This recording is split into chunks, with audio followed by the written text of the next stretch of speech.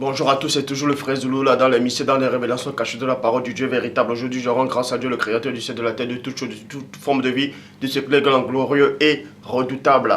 Je remercie ce Dieu parce qu'il est bon, parce qu'il est fidèle, parce que il a sa nature propre. Et j'aime sa nature elle est sainte et ni n'est semblable à lui. Donc aujourd'hui, comme vous pouvez constater, je vais faire une vidéo, c'est-à-dire un enseignement qui va déstabiliser beaucoup de personnes, de tous ceux qui pensent être apôtres ou révérend bishop maréchal, apôtres que Dieu n'a pas envoyé, ou certains qui se disent chrétiens, qui pensent posséder la vérité, mais qui n'ont aucune notion, aucune connaissance des Écritures. Ils viennent juste raconter ce que exprime le cœur. Et pourtant, il parle sans révélation. Donc, le titre, comme vous pouvez voir, c'est plagiat des tests africains, entre parenthèses, origine des Noirs et des Blancs. Donc, aujourd'hui, on va mieux entrer en profondeur par rapport à l'origine même du monde. Vous savez qu'il y a plein de gens, c'est-à-dire il y a des archéologues, il y a des scientifiques, il y a même des biblistes qui essaient de déterminer où se trouve la Genèse, c'est-à-dire le jardin d'Éden. Ils essaient de localiser le jardin d'Éden. D'autres disent que c'est en Turquie, d'autres disent que c'était en Éthiopie, d'autres disent que c'était en Europe, bref, ainsi de suite. Mais aujourd'hui, on va aller plus en profondeur. On va vous montrer par l'Esprit de Dieu que les apôtres ont reçu dans Jean 20, 22, où se trouve l'Éden. C'est quoi l'Éden? Est-ce que l'Éden c'était toute la terre? Puisqu'on parle d'un pays d'Éden, où se trouvait l'Éden, où est-ce que Adam a eu l'existence, c'est-à-dire l'Adam biblique, où est-ce qu'il a eu l'existence? Dans un coin de la terre. Donc durant cet enseignement, on va entrer plus en profondeur. Et je vais aussi répondre à tous ceux de Africa Mat, tous ceux qui disent où le blanc a commencé, c'est-à-dire ils prennent le verset de Genèse chapitre 25 à partir du verset 24 à 26 pour essayer de dire c'est là où les blancs ont eu l'existence. Mais dans l'enseignement, on va aller plus en profondeur, on va vous montrer l'origine de l'homme blanc, c'est-à-dire l'origine des autres races sur la terre. Et nous allons aller plus en profondeur. Donc, toi, peu importe ce que tu fais, accroche-toi. Parce que l'enseignement que vous allez écouter aujourd'hui, vous n'avez jamais entendu ça nulle part ailleurs. Je dis bien nulle part ailleurs. C'est pour ça qu'il est dit dans Proverbe 19:2. Le manque de science n'est bon pour personne. Et dans Proverbe 25:2, la gloire du Père est de cacher des choses et la gloire des rois est de sonder les choses. Mais ce Dieu grand, glorieux et redoutable dit dans Deutéronome 29:29 que les choses cachées sont à lui. Et les choses révélées sont à vous, sont aux créatures, sont aux humains. Mais il est dit dans Jérémie 33:3, demande-moi et je te relèverai des choses cachées, des choses que tu ne sais pas. Ce que vous ne savez pas, c'est quoi? C'est qu'on vous a caché la vérité authentique, originelle. Et cette vérité-ci va être rétablie aujourd'hui. Donc vous allez comprendre, vous allez apprendre la véritable histoire de l'humanité, de la création, de toutes choses. Aujourd'hui, en tout cas, concernant le domaine humain.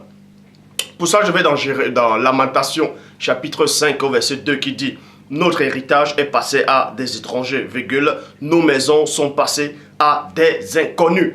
Donc, on vous dit ici, il y a un peuple de Dieu qui se plaignait, c'est une lamentation. Bon, pour certaines personnes, c'est un néphilim qui vient enseigner que Christ ne s'est jamais plaint. Lisez Psaume 22, vous allez voir que Christ s'est plaint. Christ s'est plaint. Il s'est plaint. Donc, pour ces néphilim qui n'ont aucune connaissance, c'est possédé par des démons, vous ferez mieux de rester tranquille. Parce que quand on voit vos visages, vous ressemblez à la mort. Vos visages sont pâles, vous êtes tous morts. Vous tous ces gens-là, quand on voit l'expression de vos visages, votre visage est vide. Il est complètement mort. Vous ressemblez au cadavre. Au cadavre. Alors que quand vous voyez mon visage, vous sentez quoi? La sérénité, la confiance, la puissance du Père, la vie. Donc, dans Lamentation 5:2 dit, notre héritage est passé à des étrangers. C'est qui les étrangers? Parce qu'il y a le peuple de Dieu et il y a les étrangers dont nous allons parler, d'origine de ces étrangers et du peuple de Dieu et l'origine de la terre. Le fondement même des Écritures. Nos maisons sont passées à des inconnus. Bible en français courant. Notre bien le plus sacré est passé à d'autres et nos maisons à des étrangers. Verset 4. Notre eau, nous devons la payer pour la boire.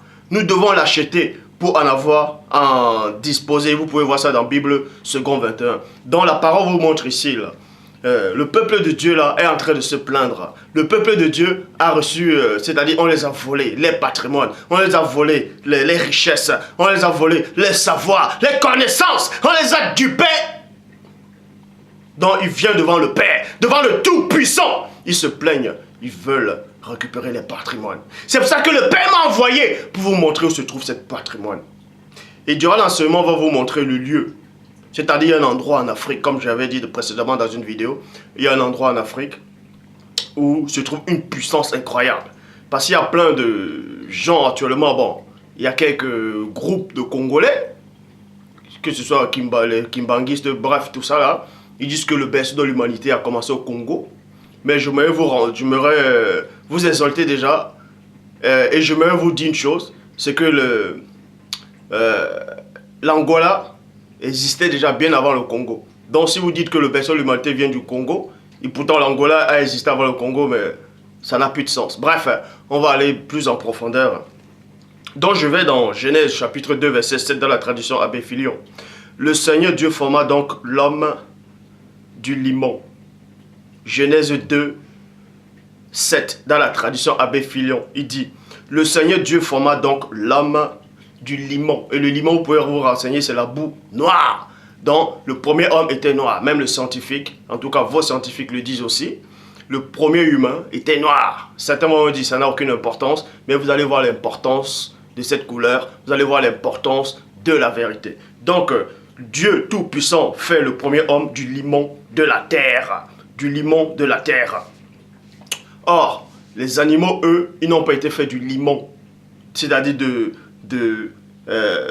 la même boue qu'Adam avait été fait. Pourquoi? Vous voyez cela dans Genèse chapitre 2 au verset 19. Or, il avait formé or, ça veut dire dehors, en dehors, il avait formé or de l'élément adamique, virgule.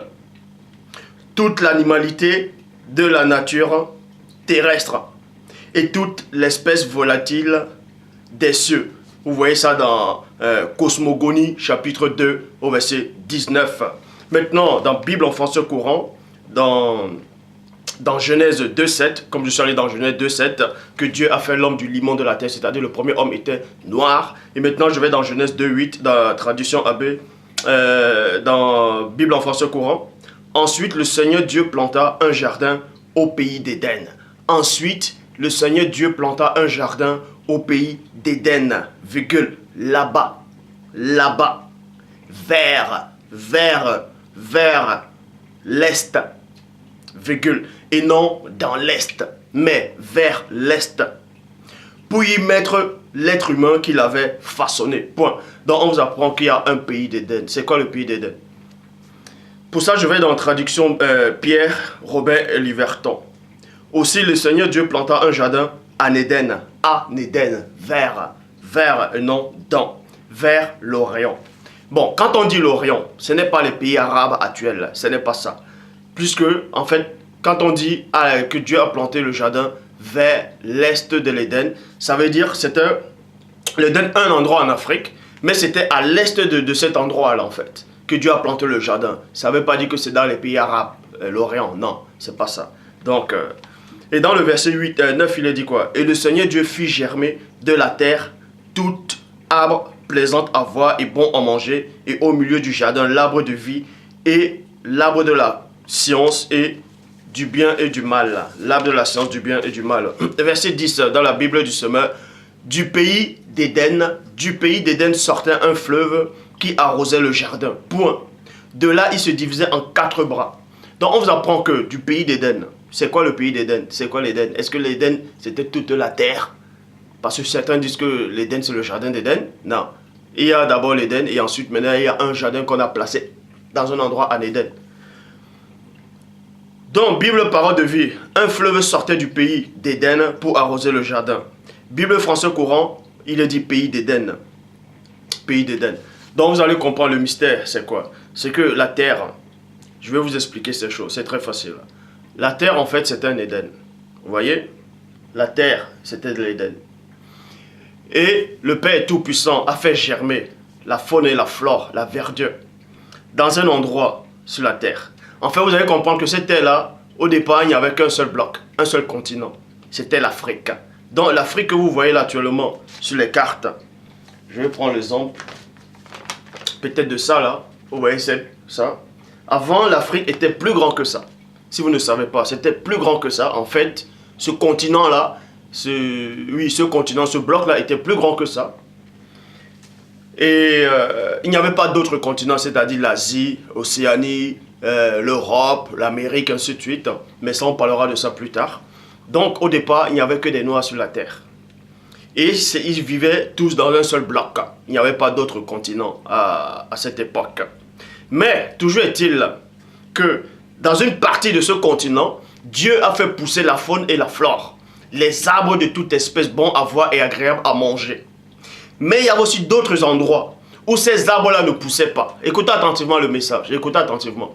Il y avait un endroit sur la terre. Certes, ce n'était pas un désert. Vous voyez, mais il n'y avait pas la faune et la flore là-bas. Il n'y avait aucun être humain dans cet endroit-là. Il n'y avait aucun être humain dans cet endroit. Donc, Adam avait été conçu dans un endroit où c'était fertile en fait. C'était dans un endroit où il y avait la faune et la flore. Il y avait la verdure, il y avait des fruits de toute espèce. Il y avait toutes sortes d'arbres, bons à voir et agréables à manger, qui portaient des fruits. Et les animaux aussi vivaient à cet endroit-là, c'est-à-dire vers cette localité de la terre. Donc il y avait une partie de la terre qui n'avait pas de richesse de la terre en fait. Et l'endroit où Adam se trouvait, où les animaux, tout ça là, où il y avait la verdure, c'est ce qu'on appelait le pays d'Éden. Le pays d'Éden. Écoutez attentivement. C'était l'endroit où, c'était le pays d'Éden. C'est pour ça qu'il est dit dans Genèse.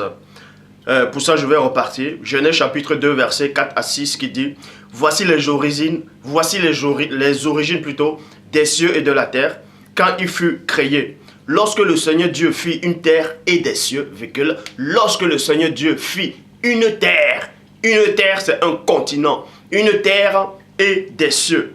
Aucun arbustre des champs n'était encore sur la terre, et aucun herbe des champs ne germait encore, car le Seigneur Dieu n'avait pas fait pleuvoir sur la terre, et il n'y en avait point d'homme pour cultiver le sol. Vous voyez, le sol était aride, le sol était un désert au départ. Donc il n'y avait pas de la verdure, de la faune et la flore. Mais une vapeur se leva de la terre, et arrosa toute la surface du sol, et non toute la surface de la terre, mais toute la surface du sol. Verset 9, le Seigneur Dieu fit pousser du sol des arbres, et non, le Seigneur Dieu fit pousser sur toute la terre, mais du sol. On va localiser ce sol-là bientôt. Le Seigneur Dieu fit pousser du sol des arbres de toute espèce agréables à voir et bons à manger. Genèse chapitre 1, verset 12 dit quoi? La terre, vous voyez, là c'est le sol, mais la terre produisit de la verdure, de l'herbe portant de la semence selon son espèce, et des arbres donnant du fruit ayant en eux leur semence selon les espèces. Dieu vit que cela était bon. Donc pour mieux comprendre, Genèse chapitre 2 au verset 6 égale à Genèse chapitre 1 verset 12. C'est un récapitulatif en fait, c'est-à-dire c'est un résumé. Vous voyez, Genèse 2 verset 6, Genèse 2 verset 6 dit en fait que Dieu n'avait pas encore fait pleuvoir sur la terre, il n'y avait pas d'herbe qui poussait sur le sol. Là, c'est dans le chapitre 2. Or, dans le chapitre 1 de Genèse, dit quoi? Que Dieu avait déjà fait pousser des plantes, tout ça là. Certains gens vont peut-être croire que c'est une erreur, ou bien qu'il y a deux récits dans la Genèse, dans Genèse 1 et dans Genèse 2. Je vous le dis, il faut être assisté par le véritable Saint-Esprit du Père qui alimente la parole pour comprendre les mystères de la Genèse, du début de la Genèse. Soit il faut assister à la création pour mieux expliquer. Donc, c'est pour ça que le Père Tout-Puissant a permis que je vienne vous expliquer ces choses. Bon, donc je répète, Genèse chapitre 2 au verset 6 dit que rien ne poussait encore, Dieu n'avait pas fait pleuvoir. Or, dans Genèse 1, 12 dit Dieu a fait pousser des plantes, de l'herbe, des arbres. En fait, Genèse 1, 12 et Genèse 2, 6, c'est le même récit. C'est-à-dire, c'est un résumé. Donc, l'Éden égale terre, égale sol. L'Éden, ça veut dire le délice. C'est un délice. Et le sol, là, c'est un endroit fertile. Pour ça, on va dans Genèse chapitre 4 au verset 14, dans la Bible des peuples. Parce qu'il y avait quelqu'un qui m'avait envoyé un message une fois, il m'a fait comprendre que quand Dieu a chassé Caïn, Caïn a dit à Dieu, aujourd'hui tu me chasses de cette terre. Donc pour lui, son raisonnement à lui c'est quoi? Il y a plein de gens qui croient à ce genre d'hérésie. Ils disent que quand Caïn a demandé à Dieu, aujourd'hui tu me chasses de cette terre. Il dit en fait que Dieu a enlevé Caïn de la terre, il l'a mis dans une autre planète. Et Caïn s'est multiplié là-bas. Et un jour, il est revenu avec un vaisseau spatial. Et ils ont couché avec les femmes sur terre. C'est ce qu'on dit dans Genèse 6, 1 à 2. Que les hommes ont commencé à se multiplier sur la surface de la terre et que des filles, les fils de Dieu. Pour eux, ils disent que les fils de Dieu là, c'était Caïn et sa descendance qui sont venus recoucher avec les enfants d'Adam. Bref, ça c'est complètement, ça n'a aucun, ça tient pas la route. Ça tient pas la route. Bref, Genèse chapitre 4 pour vous montrer en fait que il y avait une partie de la terre où il y avait la faune et la fleur, il y avait des arbres, il y avait des fruits de toute espèce, agréable à voir et bon à manger, il y avait des rivières, tout ça là, et il y avait des animaux, et il y avait l'âme. Or, dans un autre endroit de la terre, il n'y avait pas il n'y avait pas la faune et la fleur, il n'y avait pas des arbres, tout ça là. Donc, l'endroit où il y avait des arbres, tout ça là, c'était un coin en Afrique. Tout ça, le bloc c'était l'Afrique, mais il y avait un coin spécial où il y avait, c'était la richesse, c'était le délice. Pour ça, dans Genèse chapitre 4, verset 14, dans la Bible des peuples, dit quoi? Regarde, tu me chasses aujourd'hui du sol cultivable. Donc, Caïn dit à Dieu que Dieu est en train de le chasser du sol cultivable. Cultivable. C'est là où Adam était. C'est là où les animaux étaient. Tu chasses du sol cultivable. C'est-à-dire où Caïn partait, c'était toujours sur la terre, mais c'était l'endroit où c'était pas cultivable. Écoutez la révélation.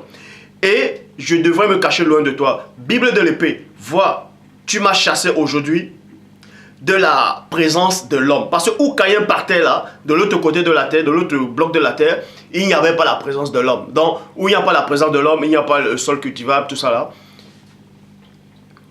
là. Bible du semeur, voici que tu me chasses aujourd'hui du sol fertile. Du sol fertile, virgule. Bible en français courant, tu me chasses aujourd'hui du sol cultivable. Bible de Jérusalem, vois, tu me bannis aujourd'hui du sol fertile. Bible pastorale de Marais de Source, tu me chasses aujourd'hui de ce pays. Vous voyez, de ce pays. C'est ce qu'on appelle le pays d'Éden en fait. Sur le pays d'Éden. Bible annotée de Chaffner dit, voici tu m'as chassé aujourd'hui du dessus de la face du pays. Donc, on va localiser ce pays, on va localiser l'Éden, on va localiser où Adam a eu l'existence, on va localiser où se trouve la source. Parce qu'il est dit dans Genèse 2 qu'il y avait une source qui sortait de l'Éden pour arroser le jardin. Et c'est quoi l'Éden? C'est quoi cette source-là? Cette source-là se trouve dans un pays actuel.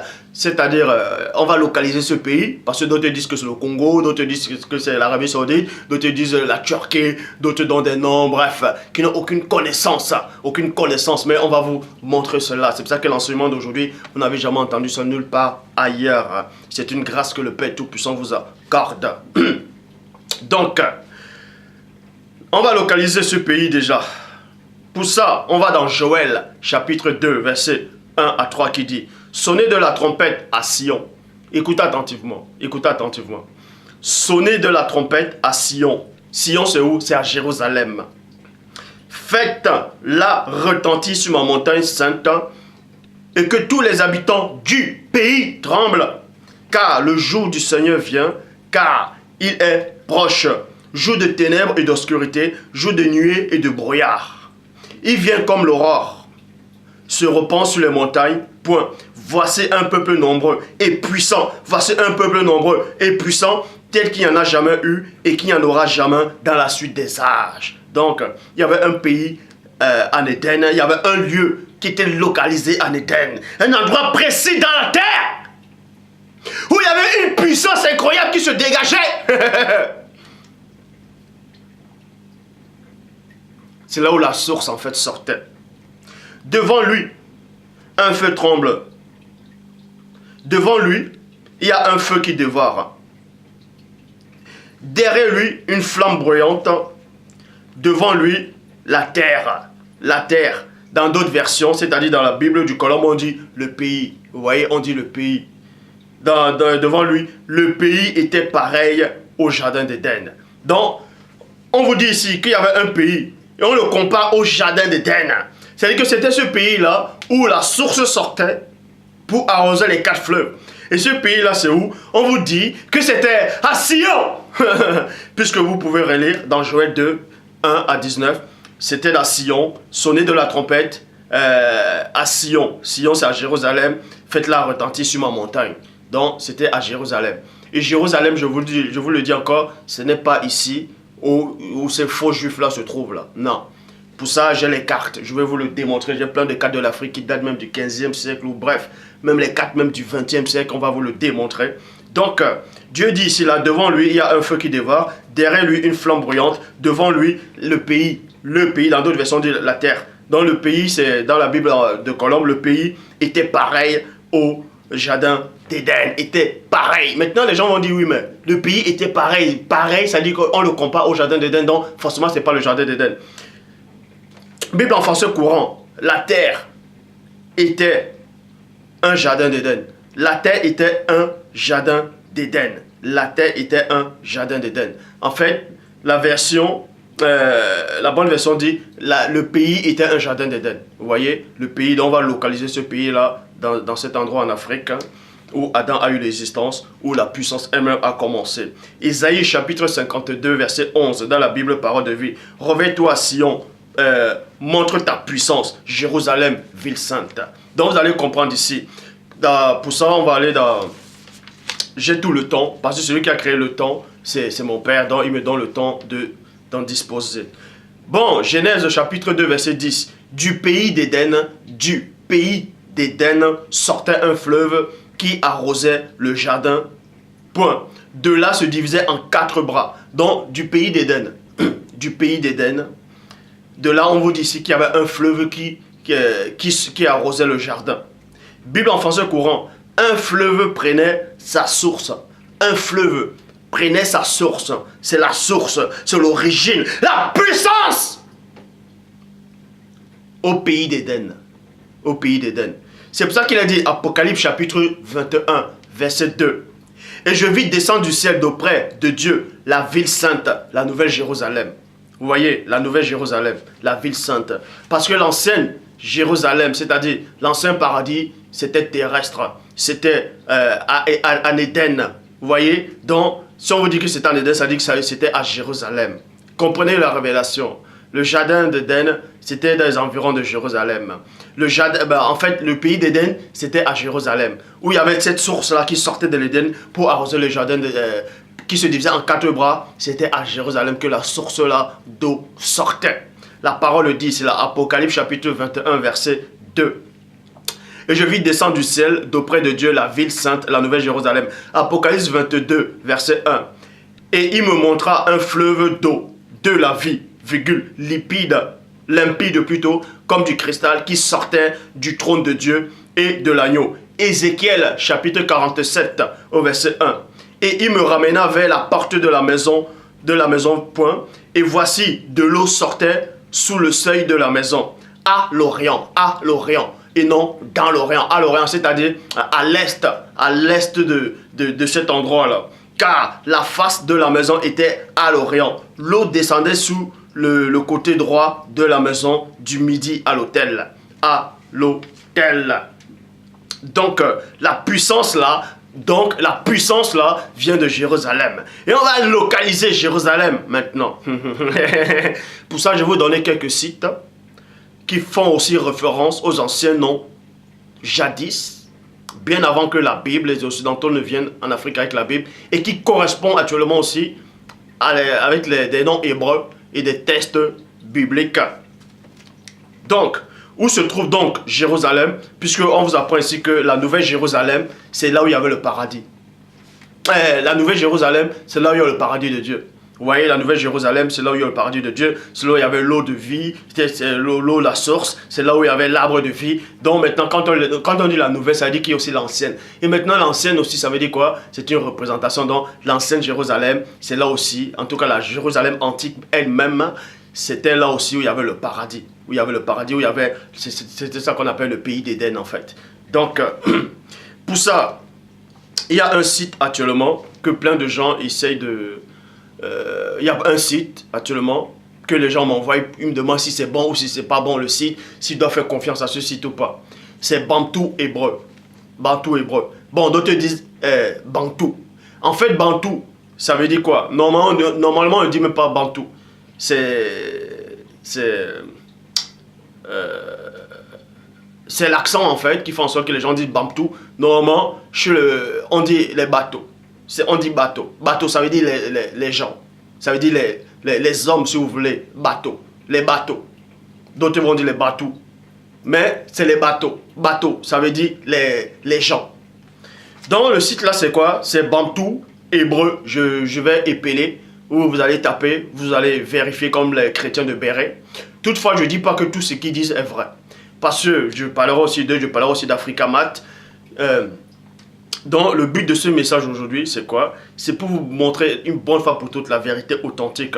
Parce que plein d'eux aussi disent que quand ils parlent de le berceau de l'humanité, le berceau de la civilisation, ils vont en Égypte. Et je vais vous démontrer que c'est faux en fait. Bref, c'est B-A-N-T-O-U-S-H-E-B-R-E-U-X.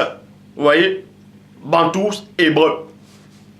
Et là, il vous donne les noms des anciens pays qui correspondent au texte biblique.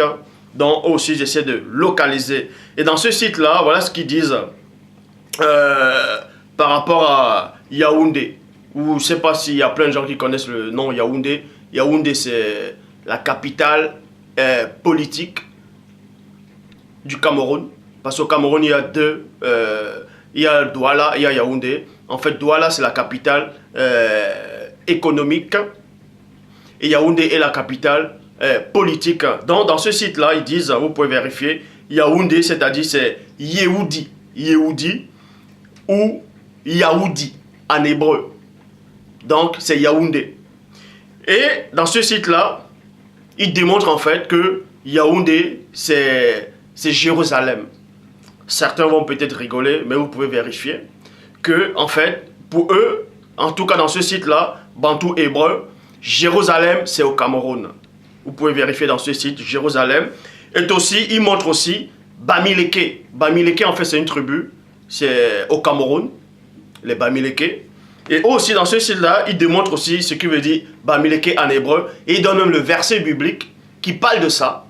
Bamileke, c'est à Mouleket. Bamileke à Mouleket. À Mouleket, vous trouvez à Mouleket dans 1 Chronique, chapitre 7, au verset 18. Et aussi, il est question de Bassa. Vous avez dû lire la version des Bibles qui parle des Bassa. Mais avec l'accent, on dit les Bassars. C'est l'accent, mais quand on écrit, c'est Bassa. C'est B-A-S-A. En fait, les Bassa, c'est quoi? C'est aussi une tribu au Cameroun. Ce sont des Sawa. En fait, ils tirent les origines des Sawa. Parce que les Sawa, c'est... Bref, on ne va pas trop entrer en détail par rapport aux Sawa, mais toujours est-il que les Bassa, on parle aussi des Bassa dans la Bible. Vous trouvez ça dans 1 Roi, chapitre 16, au verset 7. Je dis bien les Bassa. Bassa, c'est 1 Roi, chapitre 16, au verset 7. Vous voyez ça dans la Bible du rabbinat Zadon-Kan. Bible du rabbinat français Zadon-Kan. Et dans la traduction Pirote et Clamère. Bible pastorale de Maretsus, traduction Abbé Filion. C'est aussi écrit Bassa. Donc, et ils disent maintenant il y a Douala Mangabel. Bon, pour tous les Camerounais ou bien pour tous ceux qui ont connu l'histoire de l'Afrique, il y a eu un personnage, un homme, qui se nommait Douala Mangabel au Cameroun. C'est un Sawa, Douala Mangabel. Il a lutté contre le système politique qui était à son époque. Et dans ce site-là, il démontre aussi en fait que Douala Mangabel, ça veut dire Judas Maccabée. Douala Mangabel, Judas Maccabée. Et il le démontre avec les textes hébreux aussi. Donc, et quand vous tapez même Judas Maccabée, vous voyez exactement que Judas Maccabée correspond il a la même histoire que Douala Mangabel. Parce que Judas Maccabée aussi, c'est un homme qui a lutté contre le système politique. Exactement comme Douala Mangabel. Donc, et dans ce site, ils disent, ce sont là la famille des Juifs qui menait la résistance contre la politique. Dans Judas Maccabée, exactement comme Douala Mangabel. Donc, pour mieux comprendre en fait, Judas, c'est Douala. Judas, en fait, c'est la ville de Douala. Vous voyez, Judas, je dis bien, selon ce site, et eux, ils donnent les preuves, puisqu'il faut examiner toutes choses, ne méprisez pas les prophéties, retenez ce qui est bon. Je répète encore, c'est Bantou hébreu. Je répète, B-A-N-T-O-U-S-H-E-B-R-E-U-X. Et quand il parle, en fait, il donne des noms qui correspondent à les pays d'Afrique. Et il le donne aussi en hébreu. Donc la même racine, en fait. Il donne des tests bibliques pour approuver ce qu'ils affirment. Donc, Yaoundé, c'est Yehudi. C'est Yehudi, Yaoudi en hébreu. Selon ce qu'ils ont démontré en hébreu. Et Bassa, c'est Bassa aussi. Bamileke, c'est Amileket. Douala Mangabel, c'est Judas Maccabée. Donc, Jérusalem correspond à Yaoundé. Douala, la ville de Douala, c'est-à-dire les Sawa, correspondent à Juda. À la ville de Juda. Et vous savez que le premier-né sort de Juda. Ce message-ci va vous déstabiliser. Certains sont déjà en train de bouillonner. C'est votre problème. Donc, Genèse chapitre 2, verset 11. Le nom du premier est Pichon. C'est celui qui entoure tout le pays de Havila où se trouve l'or. Donc on vous dit qu'il y avait une source qui sortait de l'Éden. Et on sait que la source là, c'est l'ancienne Jérusalem. Donc, par rapport à ce site, cette source là sort du Cameroun en fait. Mais avant ça ne s'appelait pas Cameroun parce que Cameroun, le nom Cameroun, ce sont les Portugais qui ont donné ce nom là au pays du Cameroun. Cameroun ça veut dire, je crois, la rivière des crevettes, un truc comme ça. Mais avant, ça ne s'appelait pas Cameroun, en fait. Donc, pour ceux qui ne connaissent pas l'histoire. Donc, la source sortait de l'Éden, dans un pays d'Éden. Donc, en fait, c'était la Jérusalem antique. Et ce site-là vous montre, en fait, que c'est le Cameroun. Donc, la source-là sortait du Cameroun.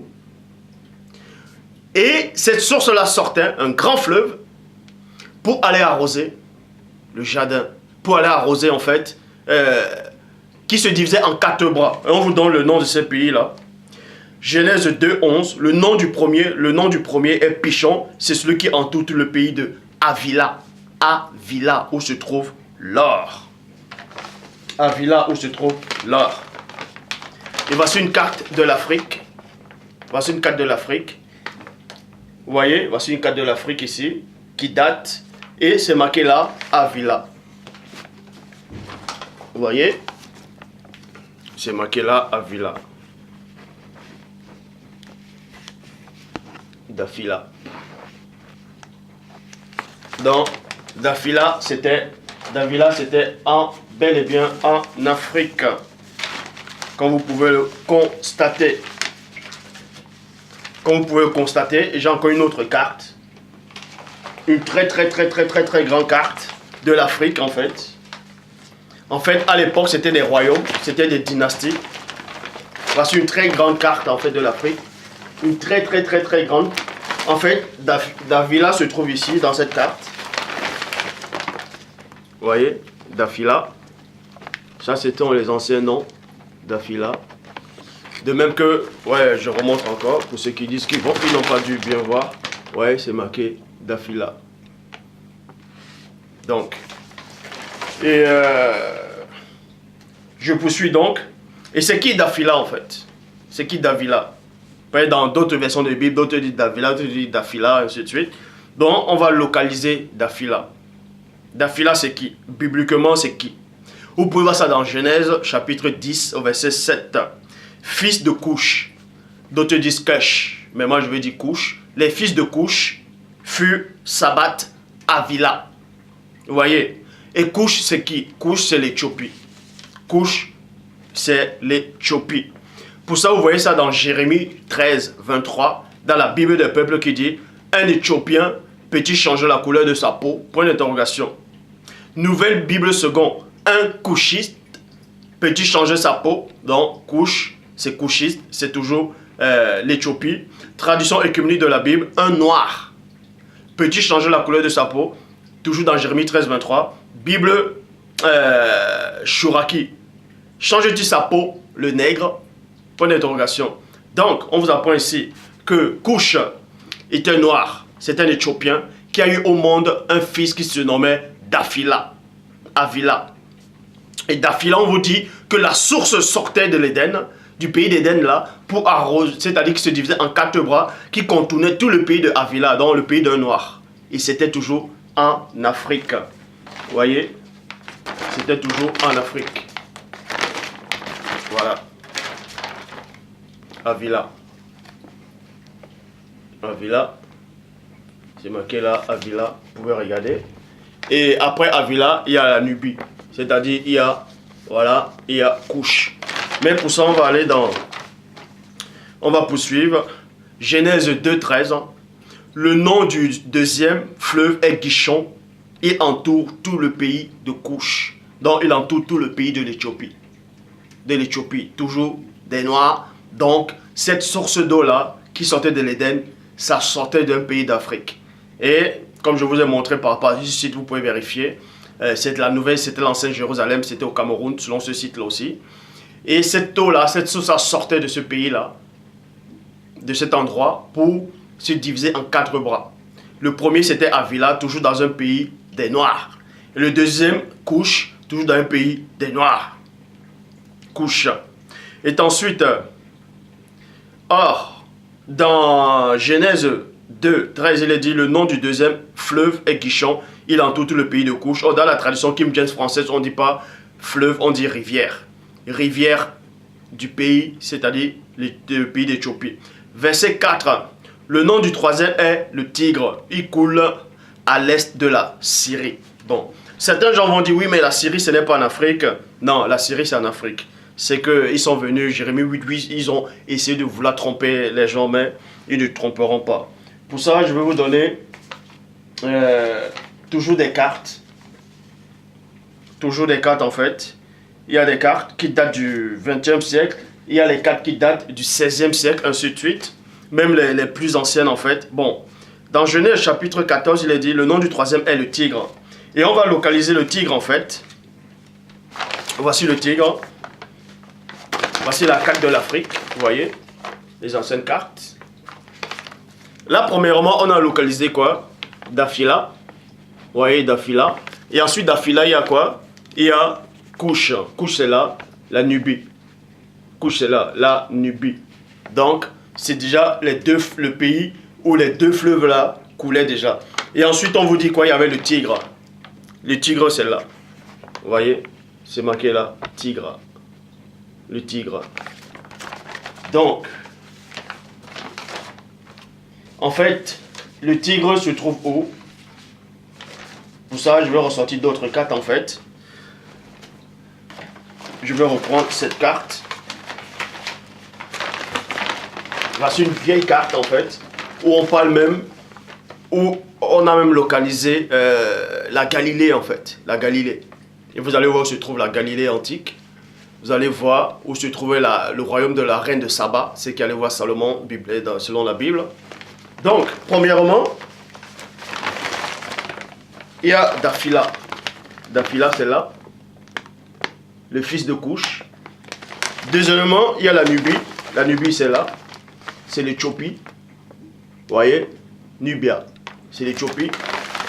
Troisièmement, on vous dit qu'il y avait le tigre, en fait. Le tigre, c'est là. Voici, c'est marqué tigre. Le tigre, en fait. Bon. Et le tigre se trouve où? Et c'est quoi le tigre, en fait? Bon. Le tigre de la Syrie. Le tigre. Or, dans d'autres versions des Bibles, il n'est pas dit le tigre, il est dit Hiddekel. Dans le grand fleuve qui est Hiddekel. C'est-à-dire Hiddekel. Hiddekel, c'est le tigre, en fait. Donc c'est à la Syrie. Et la Syrie c'est où?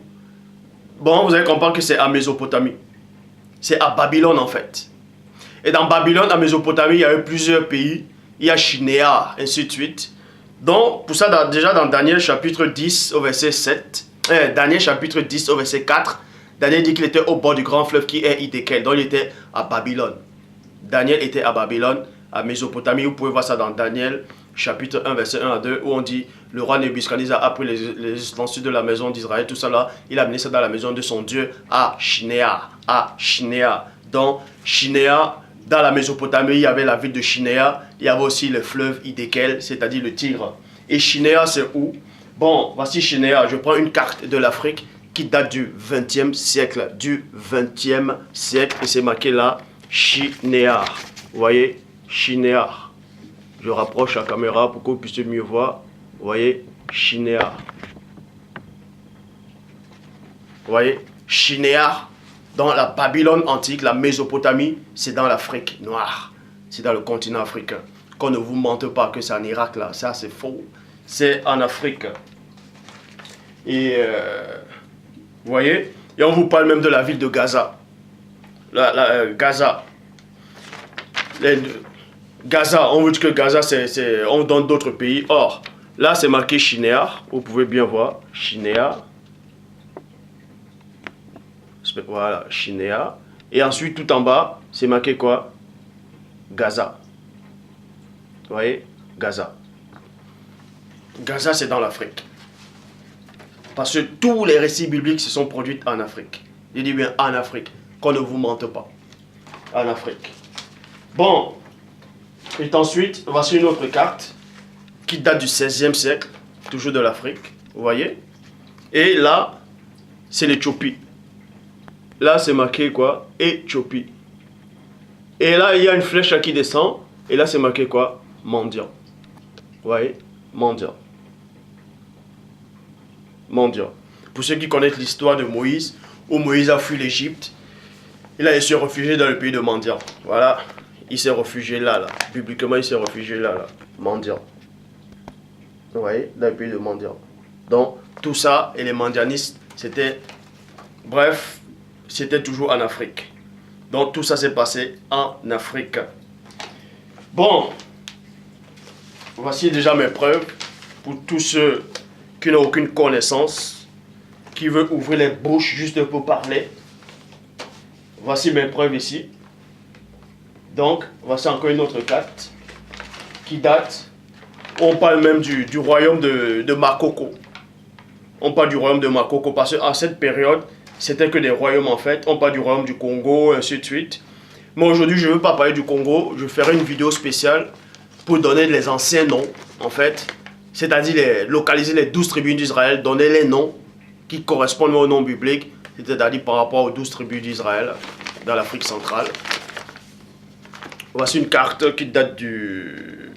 C'est la date de combien déjà là? Ouais, du 16e siècle. Voici une carte de l'Afrique qui date du 16e siècle. Il n'y avait que des royaumes. Et là, c'est marqué Shinéar. Vous voyez? Attendez. Shinéar.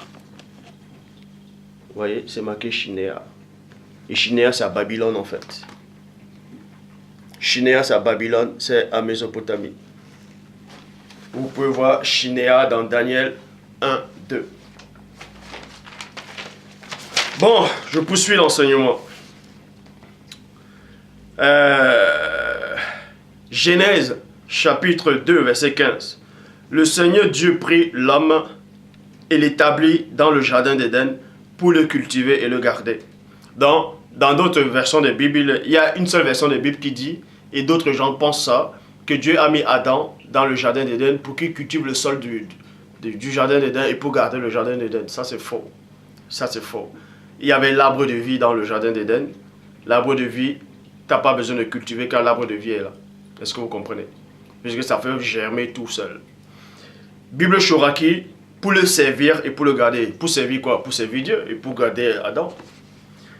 Genèse chapitre 5 au verset 3 dans la Bible de l'épée. Or, Adam vécut 130 ans et engendra un fils à sa ressemblance. mais selon son image charnelle, et lui donna le nom de Seth. Substitut renommé. Bible Shoraki, selon sa réplique. Donc, Adam a eu un troisième fils au monde, qui était selon sa réplique, selon son image charnelle. Donc, il était son jumeau. Le fils d'Adam ressemblait à Adam, goutte qu'au goutte. Donc, c'était des jumeaux. Ben, il lui ressemblait, donc c'était selon sa réplique. Bible Shoraki le dit, selon sa réplique.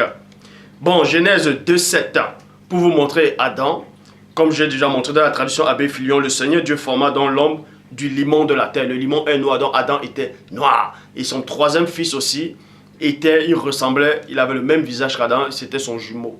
Il était aussi noir. Bon, Genèse 4, verset 26 dit quoi? Seth eut aussi un fils, et il appela Enoch. C'est alors que l'on commença à invoquer le nom du Seigneur. Donc on vous apprend ici, là, à cette période, l'Égypte n'existait pas.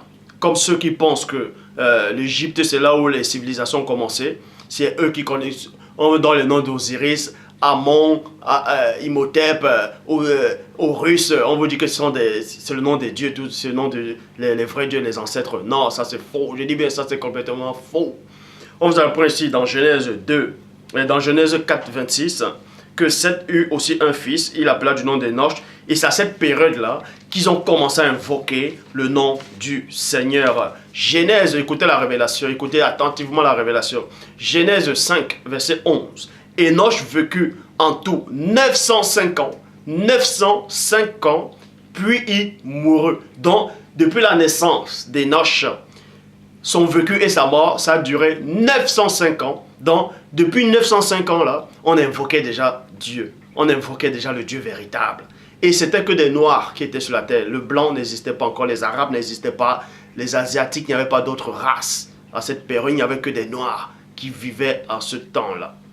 Il n'y avait que des Noirs. Et ils invoquaient déjà Dieu, le Dieu véritable. Ils n'avaient pas besoin de la Bible, ils n'avaient pas besoin d'un support biblique ou bien des livres soi-disant sacrés. Non, ils n'avaient pas besoin de ça. Puisque Enoch lui-même n'existait pas encore.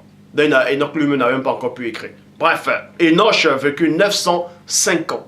Donc, depuis 905 ans, ils invoquaient déjà le Dieu véritable. Maintenant, vous allez calculer.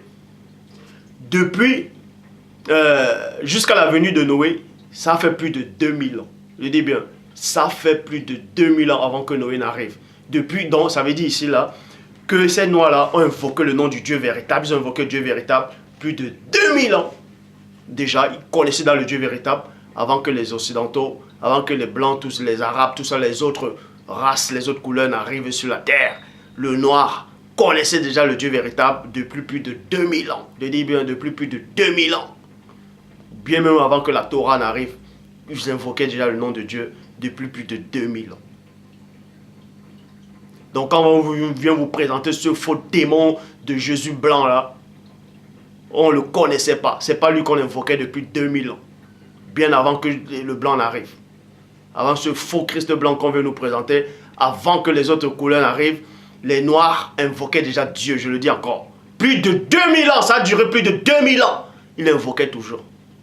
Donc ce n'est pas vous qui allez venir nous donner des noms qu'on ne connaît pas. Les noms de Jésus, Adonai, Yahvé, Yahweh, Elohim. Non. Non, on invoque.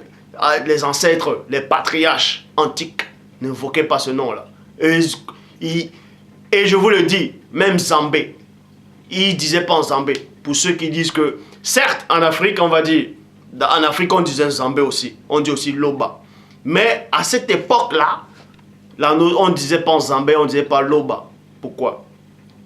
Parce qu'à cette période, toute la terre avait une seule langue et les mêmes mots, le même langage. Ça veut dire que quand on disait, si peut-être on disait Dieu à cette époque, tous les humains là, de cette période-là disaient Dieu. Et non, on va dire ici là, Zambé, là-bas on va dire Loba, là-bas on va dire Dieu, là-bas on va dire God. C'était les mêmes mots, les mêmes expressions. Je dis bien les mêmes expressions. Donc ils ont invoqué le Dieu véritable durant plus de 2000 ans.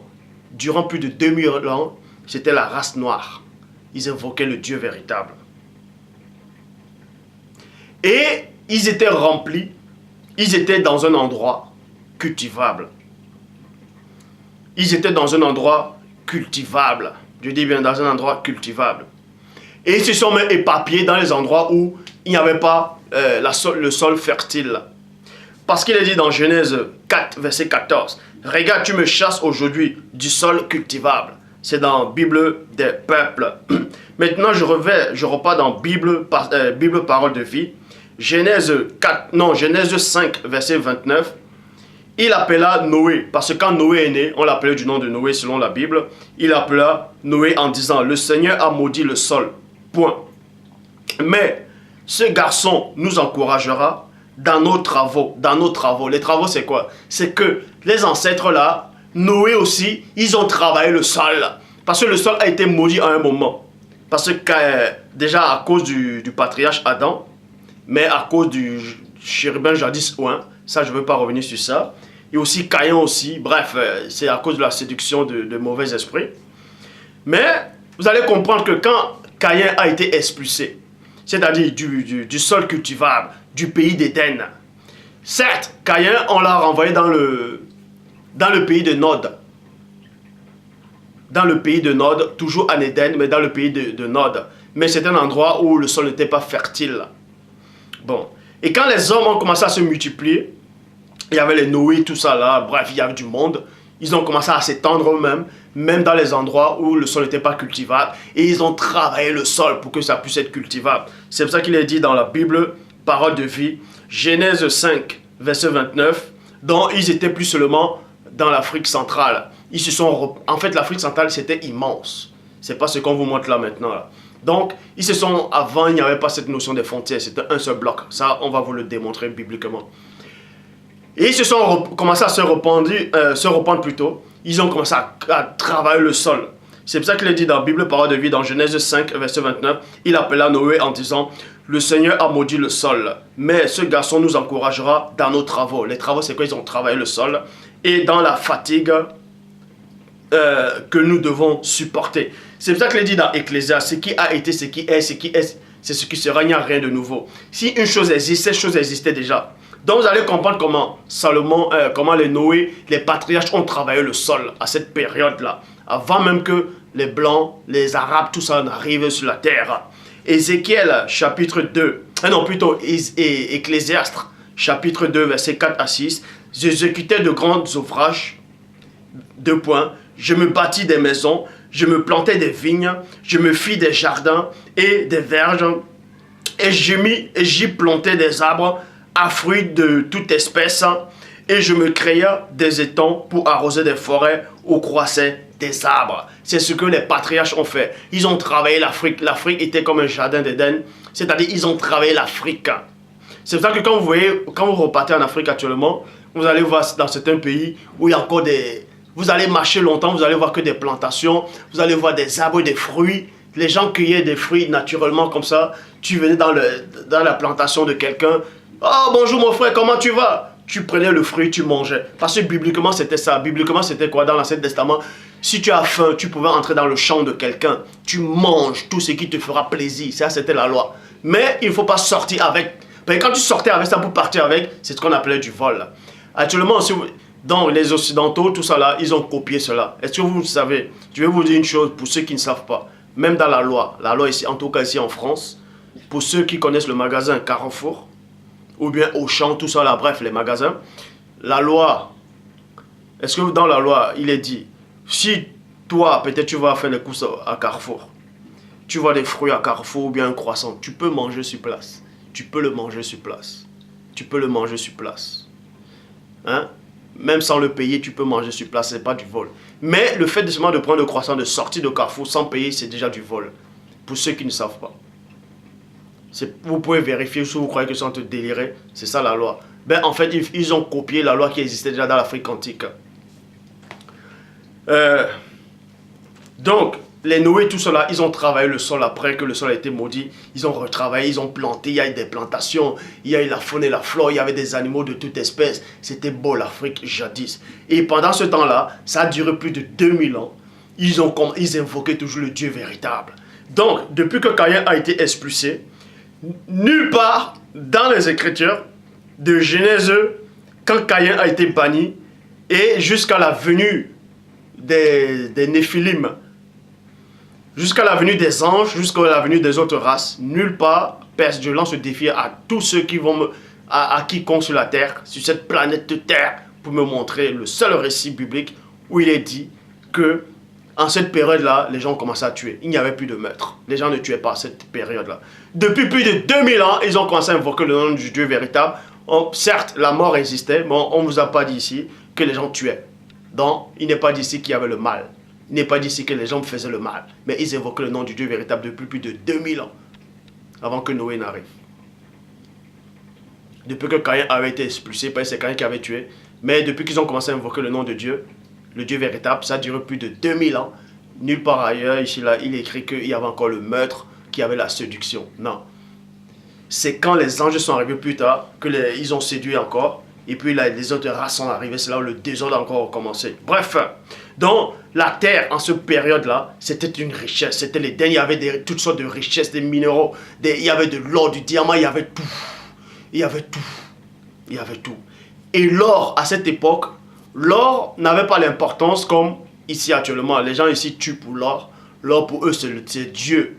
L'or ici, là, c'est Dieu pour eux. Alors qu'en Afrique, à l'époque, l'or, c'était normal en fait. Tu prenais de l'or, tu allais rendre visite peut-être au chef, ou tu allais rendre visite à un notable, ou tu allais rendre visite à un frère, à ton frère. Tu amenais de l'or, tu donnais du présent. Tu donnais des présents, lui te donnait peut-être autre chose, peut-être du diamant, ou bien du saphir, du scabot d'émeraude. De tout ça là. C'était des échanges, en fait, c'était comme si vous venez chez quelqu'un, vous ramenez la boisson. Pour eux, c'était normal. Mais ici, là, l'or est devenu, on vous tue pour l'or.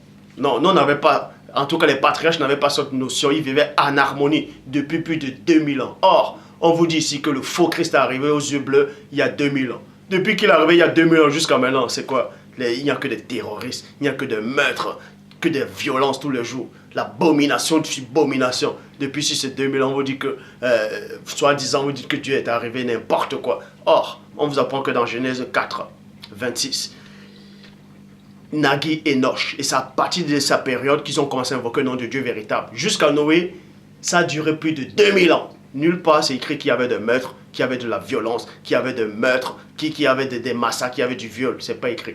Non. Ils vivaient en harmonie. Certes, ils travaillaient dur, mais ils vivaient en harmonie. Donc, Genèse 6.1. Lorsque les hommes eurent commencé à se multiplier sur la face de la terre et que des filles les furent nées. Maintenant, verset 2 dans la Bible, parole de vie. Les habitants du ciel voient que les filles sont belles et choisissent les femmes parmi elles. Bible en français courant. On vous dit aussi les habitants du ciel. Verset 4 de Bible en français courant dit quoi? C'était l'époque où il y avait des géants. Où il y avait des géants, des Néphilim. C'était l'époque quand ces habitants, quand les anges sont descendus. C'était l'époque là. Sur la terre. Et il en resta même plus tard. Ceux-ci étaient les héros de l'Antiquité. Au nom célèbre, ils étaient nés de l'union des habitants du ciel avec les filles des âmes. Donc, les anges sont descendus, un groupe d'anges sont descendus, ils ont couché avec les femmes. Maintenant, vous allez me dire, bon, certains gens vont dire, c'est pas logique, puisqu'il est dit dans Galates que la chair a des désirs contraires à ceux de l'esprit. Comment se fait-il qu'un esprit, puisque d'autres vont prendre, ils vont dire que Christ a dit, ouais, dans le paradis, tout ça là, vous serez comme des anges, vous n'allez pas procréer, vous n'allez pas avoir des femmes, vous n'allez pas vous marier, tout ça. Comment se fait-il que les anges font l'inverse en fait? Vous allez comprendre le mystère, c'est quoi? C'est que selon le livre de secret d'Enoch, il est dit, Satan, pendant sa rébellion, écoutez attentivement, certains gens vont dans la confusion, ils vont dire, ouais, mais ça dit qu'il y a eu deux groupes d'anges qui ont péché. Quel est le groupe d'anges qui a péché? Parce qu'ils vont dire, certes, si les anges ont péché dans Genèse 6, 2, et Satan, lui, l'a péché en quel moment? Puisque Satan existait déjà. C'est-à-dire, il avait déjà péché. Donc, les autres anges n'ont pas vu la punition de Satan pour venir pécher. Bref, selon le livre des secrets d'Enoch, Satan, pendant sa rébellion, bref, il est tombé, vous le savez, et un groupe d'anges de Satan, c'est-à-dire un groupe d'anges déchus, c'est-à-dire, sont venus, eux là, un groupe d'eux, sont venus sur terre. Ils ont couché avec les femmes. Bon. Donc vous apprenez ici là que les anges sont venus sur terre, ils ont couché avec les femmes noires. Après j'explique tout ça en détail dans le livre. Les anges ont couché avec les femmes noires. Certes, vous allez me dire, j'avais fait une vidéo où j'ai démontré qu'il y a les anges sont noirs. Certains m'ont posé la question, mais si les anges sont noirs, comment se fait-il qu'ils couchent avec les femmes noires et les blancs apparaissent? Je vais vous expliquer ces choses, c'est très facile. Hein. Vous allez comprendre une chose, c'est que quand on dit que les anges, c'est-à-dire l'ange, on vous dit d'autres avaient des pieds de bronze, la couleur du bronze, le bronze est marron. Vous voyez? Et ça, c'est un bronze spirituel. Ça veut dire quoi? Paul de Tarse dit dans 1 Corinthiens 15, en parlant des astres des corps lumineux, des corps spirituels, il y a plusieurs, il faisait une comparaison avec les étoiles. Il y a des étoiles, c'est quoi? Une étoile diffère en éclat d'une autre étoile. Ça veut dire quoi? Le noir, une couleur noire. D'autres disent que le noir, c'est pas une couleur. La couleur noire, bref, c'est votre problème. Une couleur noire, spirituelle, là, est plus éclatant que la lumière que vous avez dans ce monde. Est-ce que vous comprenez? Ça veut dire qu'une couleur noire spirituelle, c'est-à-dire même une couleur marron dans le plan spirituel. Si un ange a la couleur marron, son éclat marron là va être plus brillant que votre lumière sur la terre. Ça veut dire qu'un ange, peut-être noir ou marron, qui descend, qui a des rapports avec une femme, parce que c'est une lumière, c'est l'éclat, c'est une énergie vivante, sa progéniture sera plus claire de peau que la maman noire. Ça, c'est une révélation. Bon, certains, les anges sont descendus sur la terre. Ils ont pris des corps physiques, si vous ne savez pas. Même en prenant les corps physiques, les natures d'astres-lumière restent. C'est pour ça que les blancs, tout ça là, les autres couleurs, les autres races sont apparues de l'union des anges avec les femmes noires. Bible en français courant, dans Jude, chapitre 1, verset 7. Rappelez-vous, Sodome, Gomorrhe et les villes voisinantes, et les villes voisines, 2 points. Les habitants se sont conduits d'une manière aussi immorale que ces anges-là. Et ont recherché des relations contre nature. Donc, les anges, c'est eux-là, en fait, ces anges déchus, c'est eux qui ont apporté la notion de la sodomie sur la terre. Ils ont sodomisé les animaux, ils ont sodomisé les hommes, ils ont sodomisé les femmes. C'est eux qui ont apporté cette notion de la sodomie et ça a contaminé les habitants de Sodome et Gomorrhe. Et c'est là où les progénitures ont commencé à sodomiser aussi. C'est eux qui pratiquent plus la sodomie.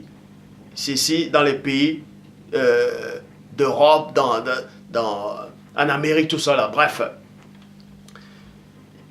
Ils ont apporté la notion de la sodomie. Des pratiques bizarres, contre nature. L'homosexualité, c'est les anges qui ont apporté ça. Ces anges déchus, c'est eux qui ont apporté ça. Et c'est les progénitures qui ont commencé à pratiquer ça aussi. Ils ont contaminé le peuple de Dieu. Une partie des habitants noirs qui vivaient sur terre. C'est pour ça que vous voyez aussi la vie de Sodome et Gomorrhe. Et quand le Père Tout-Puissant a vu ce désordre-là, c'est là où le mystère du déluge a commencé. Mais, dans le livre des secrets d'Enoch, chapitre 18, verset 3, il est dit que les anges ont apporté l'anarchie et le métissage.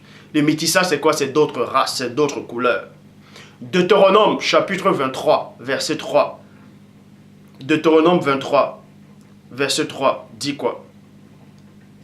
Le métis non plus n'entrera pas dans l'ensemble, dans la communauté de Yahvé, même à la 10e génération, il est inclus de la communauté de Yahvé. Donc on vous dit ici là, que les métis, les arabes, les blancs, tous les autres couleurs asiatiques ne devaient pas entrer, ne doivent pas se mélanger avec les noirs. Bible pastorale du Marais de Source. Le métis n'entrera pas non plus dans l'ensemble du Seigneur, même jusqu'à sa 10e génération. Et la définition de métis, c'est quoi? Personne, donc les parents sont de couleur de peau différente. Or, Africa, c'est-à-dire Africa Mat et Bantou hébreu et d'autres d'autres groupes, de certaines personnes des Noirs en fait, eux ils disent que l'homme blanc est arrivé, c'est-à-dire les Arabes, tout ça, les Blancs, les Asiatiques sont arrivés dans Genèse 25, verset 23 à 26, que je vais lire. Le Seigneur lui dit, 2 points, 2 nations sont dans ton ventre, et 2 peuples se sépareront au sortir de tes entrailles. Et de ces peuples sera plus fort, et de ces peuples sera plus fort que l'un que l'autre. Et le plus grand sera assujetti au plus petit. Le jour où elle devait accoucher, c'est-à-dire c'est Rebecca, et Rebecca était une femme noire, le jour où elle devait accoucher s'accomplit, et voici il y avait 2 jumeaux dans son ventre. Point. 2 jumeaux, ça veut dire qu'ils se ressemblaient. Le premier sortit entièrement roux. Vous voyez, roux, c'est à peu près comme cette couleur-ci, là, de cet aquarium, c'est-à-dire là. Le roux, c'est à peu près comme ça, là. Donc, roux, et vous voyez ma couleur, et la couleur, c'est là. Donc, le roux est plus clair. Le roux, était plus clair, en fait. Sortit entièrement roux, comme un manteau de poil, et on lui donna le nom d'Esau. Ensuite sortit son frère, dont la main tenait le talon d'Esau, et on lui donna le nom de Yekoba, Jacob. Donc Jacob était noir, c'est pour ça qu'on n'a pas précisé sa couleur. Et son frère était roux, donc il était plus clair que Jacob. Et c'est pour ça que ces gens-là maintenant disent, c'est que Jacob en fait, que Esau en fait, le roux là, c'est l'ancêtre des blancs. C'est faux, puisque avant que Jacob ne soit, les blancs, les autres races existaient, sont venus dans Genèse 6, 2. Ils sont venus dans Genèse 6, 2. Donc, et maintenant dans Romains chapitre 9 au verset 13, il est dit, j'ai aimé Jacob qui était noir. J'ai haï Esau qui est roux, qui a une autre couleur. C'est pas moi qui le dis, c'est la parole. Malachie chapitre 2 verset 11 à 12. Judas s'est montré infidèle. Et une abomination a été commise en Israël et à Jérusalem, car Judas a profané ce qui est sacré au Seigneur. Ce qu'aime le Seigneur, il s'est uni à la fille. À la fille. Dans d'autres versions, on dit qu'il s'est uni aux filles, c'est-à-dire au pluriel. Il s'est uni à la fille d'un Dieu. Donc, il s'est uni à la fille, c'est-à-dire d'une autre race, d'une autre couleur, d'un Dieu, à la fille d'un Dieu. Vous voyez? On n'a pas dit à une femme étrangère, on n'a pas dit à une adoratrice, mais on a dit à la fille d'un Dieu. Donc, ça veut dire quoi? Les dieux, là, ici, là, dans la Bible, ce sont les anges déchus. Des autres peuples, ce sont les anges déchus. Donc, on vous apprend qu'il s'est uni à une Néphilim. Et devant Dieu, c'était une chose abominable. Maintenant, dans Genèse chapitre 7, verset 23, il est dit, tous les êtres humains étaient sur la terre, tous les êtres, c'est-à-dire, quand les autres races sont arrivées sur la terre, l'anarchie a commencé, le métissage, tout ça là, la sodomie, l'homosexualité, tout ça arrivait à cette époque-là. C'était l'horreur.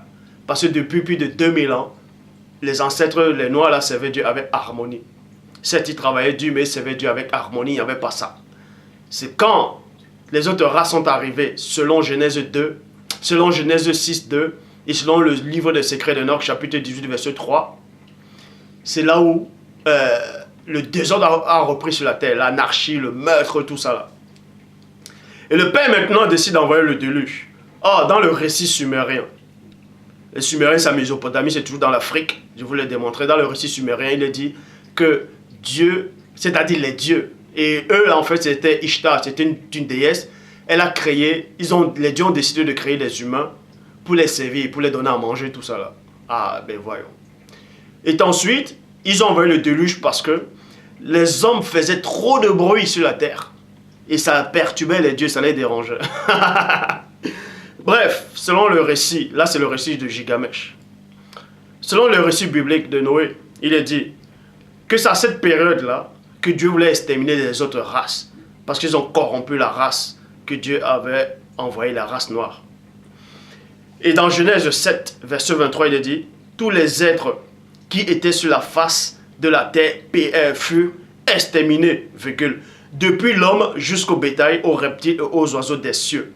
Il fut exterminé de la terre et il ne resta que Noé et ce qui était avec lui dans l'arche. C'est-à-dire c'était que des noirs. Noé n'était pas blanc, c'était que des noirs. Donc, pour ceux qui vont aller chercher le livre d'Enoch où on dit Noé il était blanc comme la neige et rouge si c'est comme quoi là. On a dit c'était sa chair.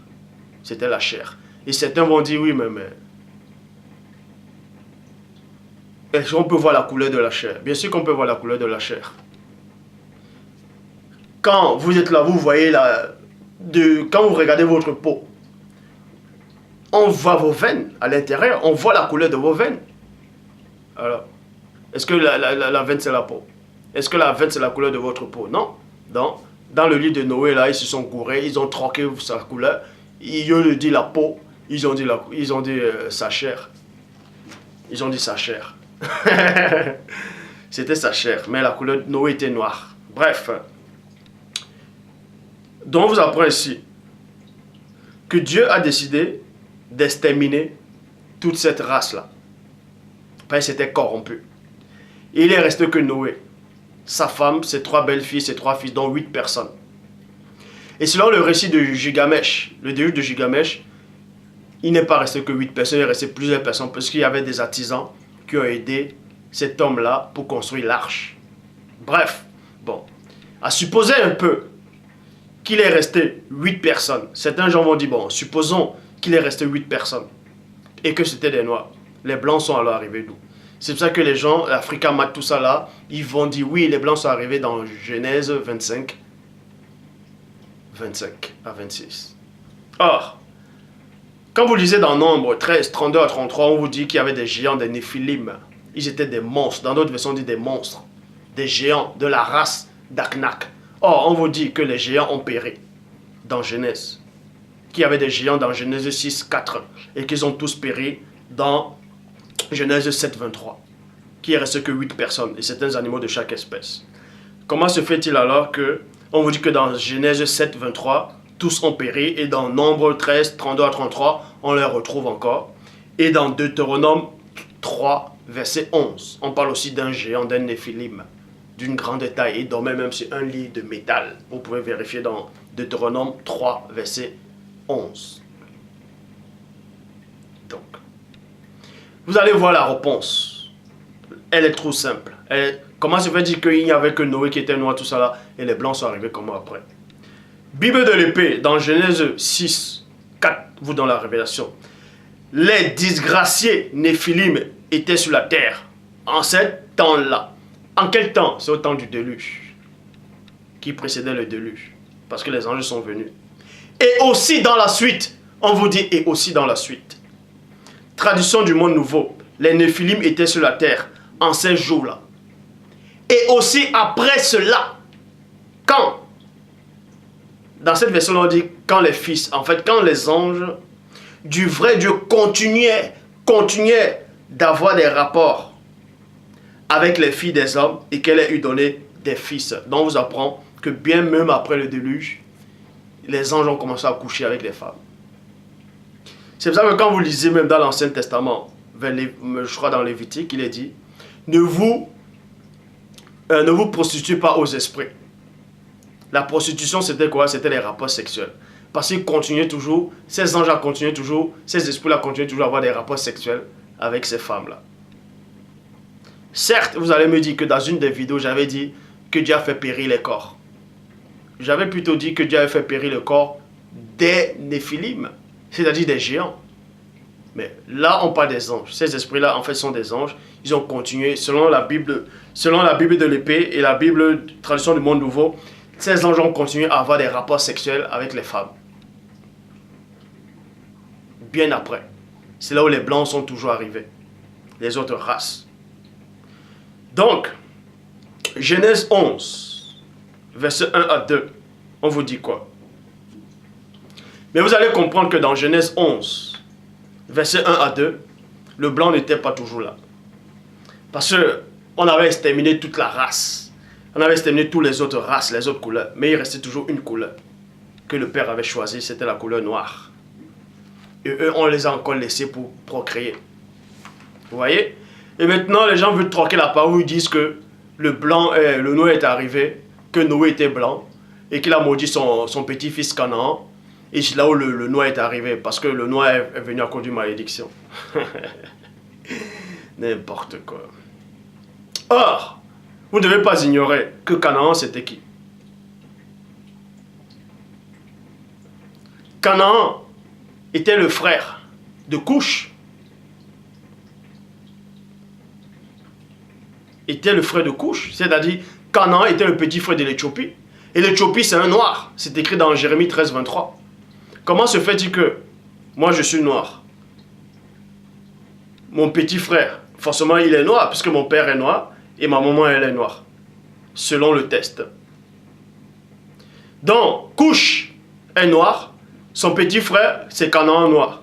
Et le papa maudit Canaan. On vous dit à cause de ces malédictions, le noir est arrivé. Mais ça n'a plus de sens.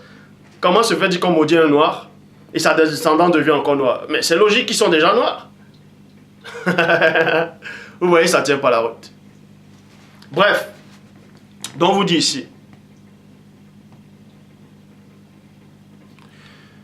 Dans Genèse 11, les autres races n'existaient plus. Écoutez attentivement, très attentivement. Dans Genèse 11, les autres races n'existaient pas. Il n'y avait que des noirs à cette période-là. C'est pour ça qu'on vous dit ici, là. Toute la terre avait alors qu'une seule langue et une même manière de parler. Point. Et il arriva que comme il voyageait parti de l'Est, donc parti de l'Est, ça veut dire quoi? L'Est ici, là, où il se trouvait là, c'était vers l'Éthiopie. Il n'y a pas que l'Éthiopie à l'Est de l'Afrique. Il y avait l'Éthiopie, il y avait d'autres pays dans l'Est de l'Afrique. Il partait de là-bas, vers là-bas. Il arriva que, comme il voyageait parti de l'Est,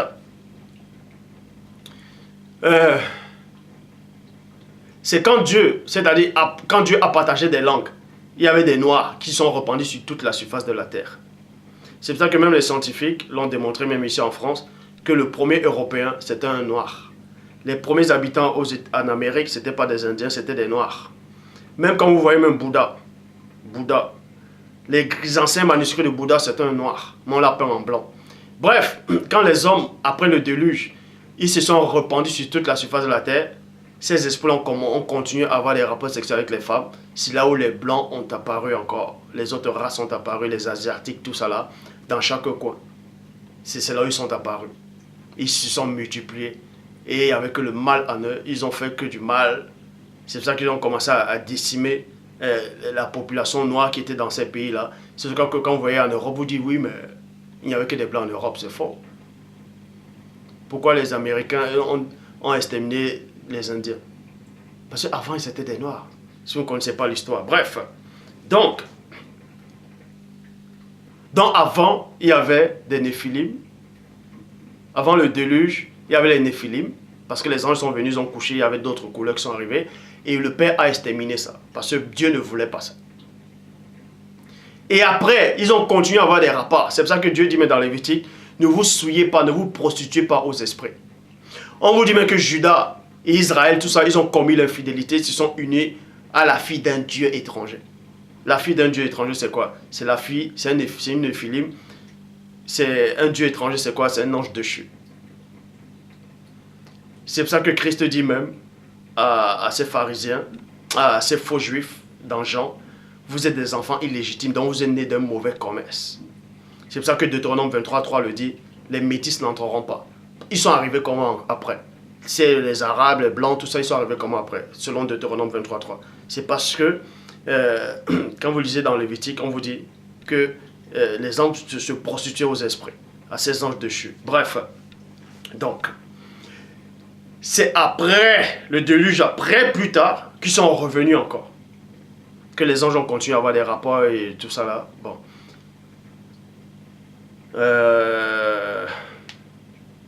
Toute la terre avec une seule langue et une seule manière de parler. Il arriva que comme... Ouais, ils sont partis de l'Est.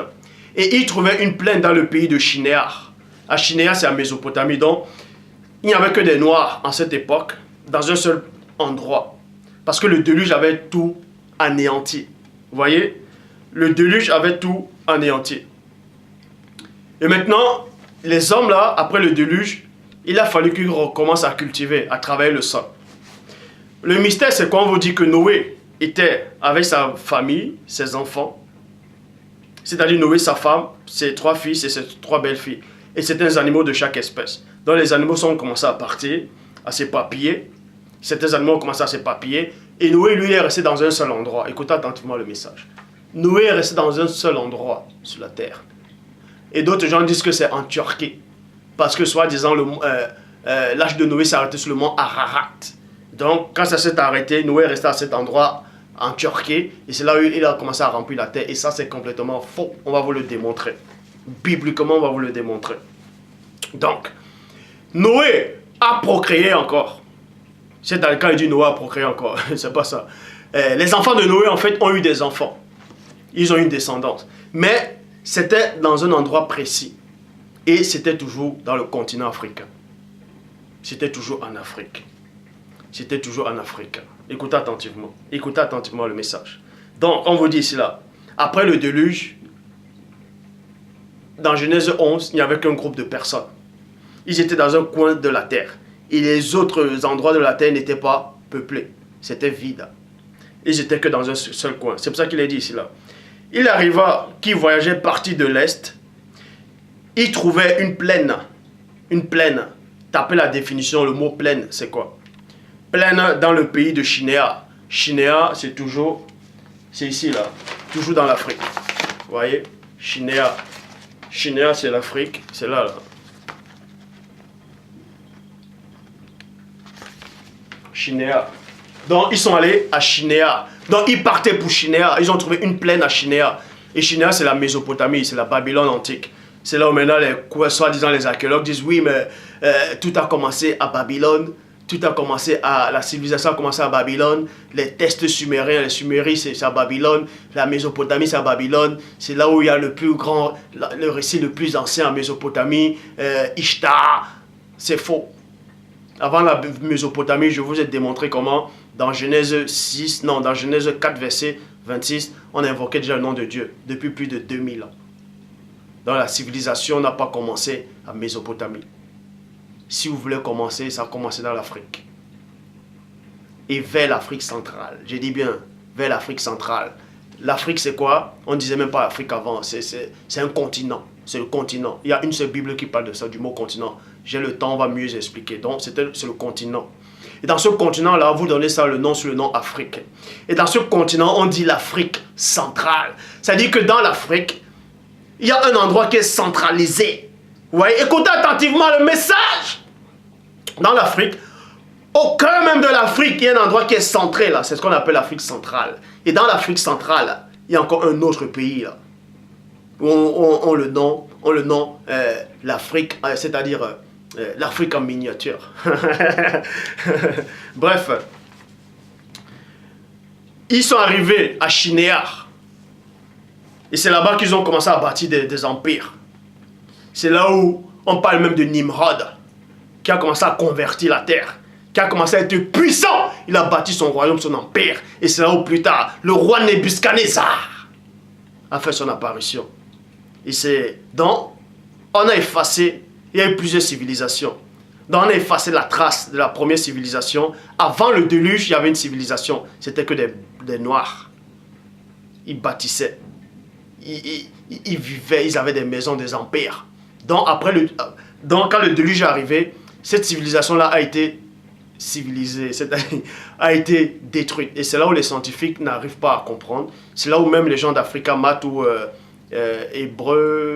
Bantu Hébreu ou d'autres organisations africaines qui essaient de parler, des archéologues africains, les scientifiques noirs, qui essaient de parler de la civilisation. Ils commencent par l'Égypte.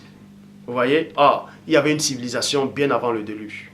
Et c'est ce qu'on veut vous cacher. Et cette civilisation a duré plus de 2000 ans. Ils avaient une connaissance terrifiante.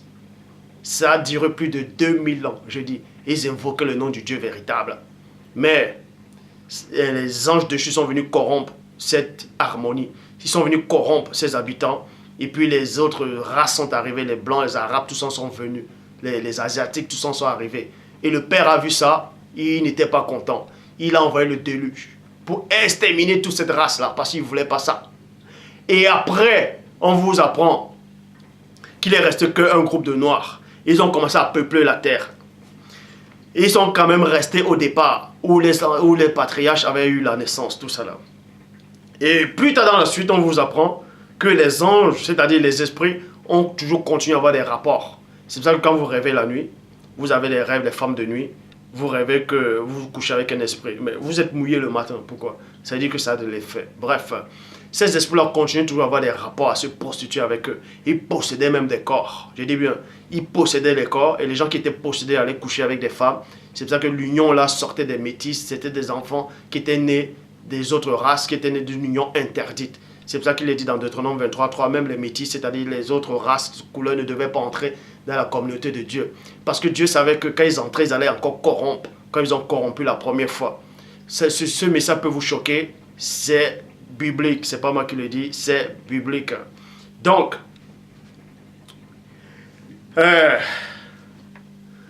ils ont commencé à remplir la terre. Ils sont allés à Mésopotamie, ils ont rebâti une nouvelle civilisation. Une nouvelle civilisation. Donc, Genèse chapitre 8. Genèse chapitre 8. Donc, on va vous montrer où est-ce que Noé est né en fait. Où est-ce que les enfants de Noé... Non, vous savez où est-ce que Noé est né en fait. Où est-ce que la descendance de Noé a eu le jour. Genèse chapitre 8 verset 4 vous dit quoi? Le 7e mois du 17e jour du mois, l'arche s'arrêta sur les montagnes d'Ararat, en Turquie. Et quand vous pouvez taper, on va vous dire que c'est en Asie, en Turquie. Ça, c'est faux. Pourquoi? Donc, on vous apprend que les descendances, le berceau de l'humanité, la nouvelle civilisation a commencé en Turquie. Et ça, c'est complètement faux. Pourquoi? Psaume 87, verset 4 à 5, vous dit quoi? Je proclame l'Égypte et Babylone. Parmi ceux qui me connaissent, voici le pays. Dans d'autres versions, voici les habitants. Voici le pays des Philistins, Tyr. Et avec l'Éthiopie, c'est dans Sion qu'ils sont nés. Point. Et Sion, c'est où? Sion, c'est dans l'Afrique. Sion, c'est en Afrique centrale. Sion, en fait, c'est à Jérusalem. Et selon ce site bantou hébreu là, c'est au Cameroun. Donc, mais quand on dit Cameroun, le Cameroun n'était pas comme ça à l'époque.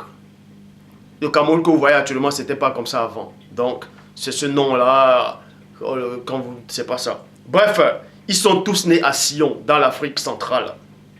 À Sion. Et de Sion, il est dit 2 points. Ils sont tous nés. Ils sont tous nés. Donc, Noé lui-même, l'arche est restée en Afrique.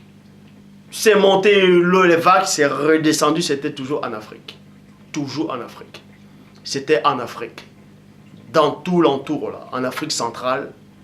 Et Noé, ils ont eu des enfants. Les enfants de Noé ont eu des enfants. Et ils se sont rependus. Ils ont commencé à partir vers les pays de l'Est. Et c'est pour ça qu'on dit dans Genèse 11 qu'ils sont quittés, ils partaient du soleil levant. Donc, ils partaient de là pour aller à Shinéar. Donc, pour ça, je vais vous montrer. Ça, c'est une grande carte, en fait, de l'Afrique. Une très, très grande carte. Et ici, on vous montre la Galilée. Vous voyez? C'est marqué, la Galilée.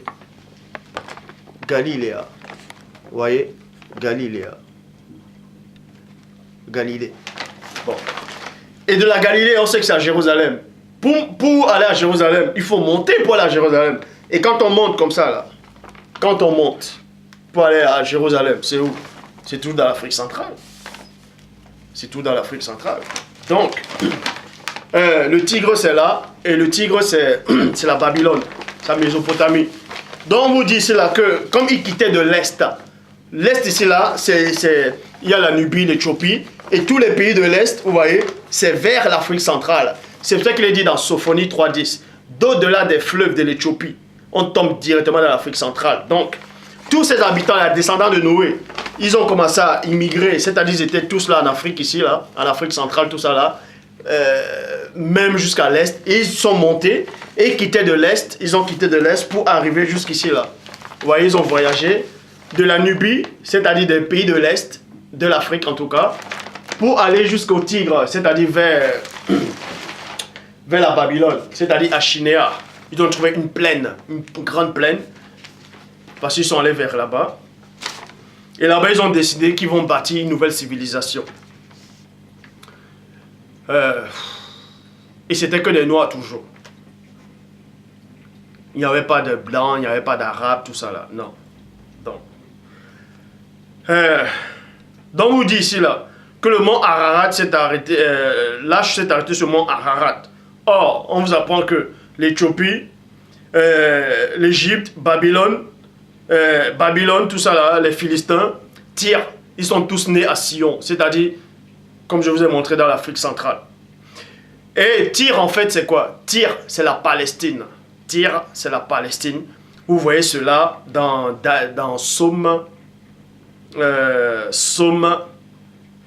Somme chapitre 87, versets 4 à 5. Tyr, c'est la Palestine. Dans une autre version des Bibles, au lieu de dire Tyr, il dit Palestine. En fait, la Palestine, c'est quoi? C'est une région antique de la Galilée. La Palestine, c'est une région antique de la Galilée. Et voici la Galilée, comme je vous ai montré. Vous voyez, dans l'Afrique, voici la Galilée. C'est marqué là, Galilée, comme vous pouvez voir. Galilée. Vous voyez, Galilée. Donc, la Palestine, c'est à Galilée. C'est toujours la région de l'Afrique centrale, où il y a Jérusalem, Juda, tout ça là, si vous ne savez pas. C'est ce qu'on appelle les 12 tribus d'Israël. Les 12 tribus d'Israël, c'est à l'Afrique centrale. Et dans l'Afrique centrale, il y a aussi un endroit, un pays, Jérusalem. Et dans ce site, vous pouvez vérifier, vous allez regarder Jérusalem, pour eux qui correspond à Yaoundé. Bon, comme je vous dis, les pays avant, il n'y avait pas de frontières. Maintenant, quand il y a division, vous croyez que le pays est petit, ça ne peut pas correspondre aux cartes d'avant. Non, parce qu'il y a eu traçage. On va vous expliquer cela. Donc, les 12 tribus d'Israël, c'est dans l'Afrique centrale. Et l'Afrique centrale est immense. Parce qu'actuellement, il y a des lacs.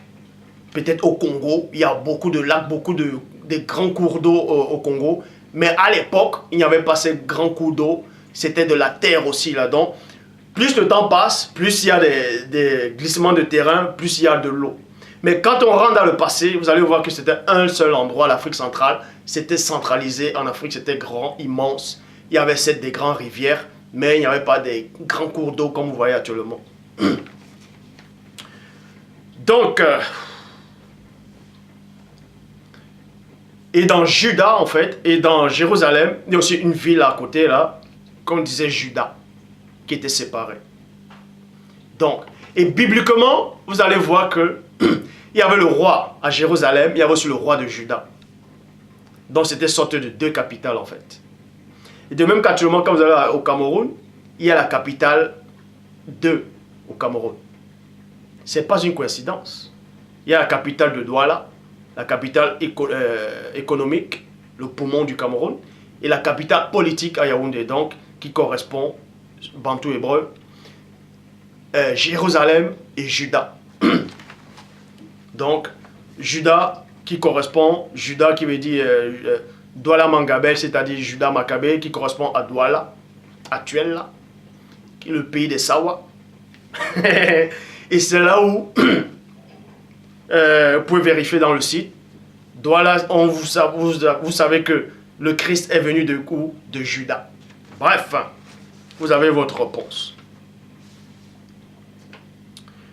Pour ça, on repart dans la Bible de l'épée.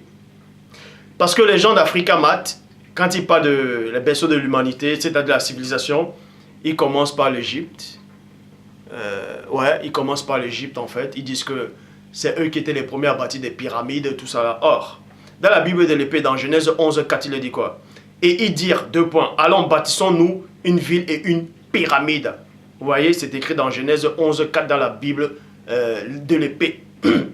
Bâtissons-nous une pyramide. Donc, on vous apprend ici que les toutes premières pyramides, c'était à Mésopotamie. C'est-à-dire, c'était à Chinéa, tout ça.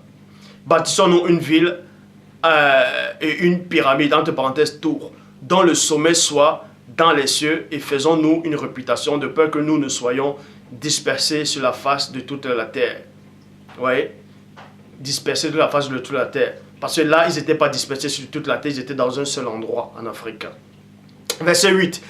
Et l'Éternel fracassa en fragments.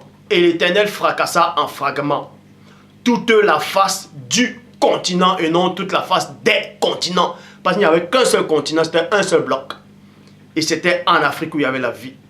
En cette période, c'était en Afrique seule qu'il y avait la vie. Qu'il y avait la vie en fait. Toute la face du continent et ils cessaient d'étendre leurs empires.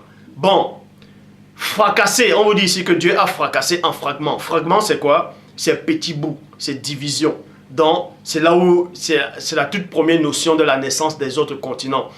Donc, on a fracassé la face de l'Afrique. C'est pour ça que l'Afrique que vous voyez comme ça, là, n'était pas comme ça, n'était pas dessinée comme ça à l'époque. C'était plus grand que ça, c'était plus vaste que ça.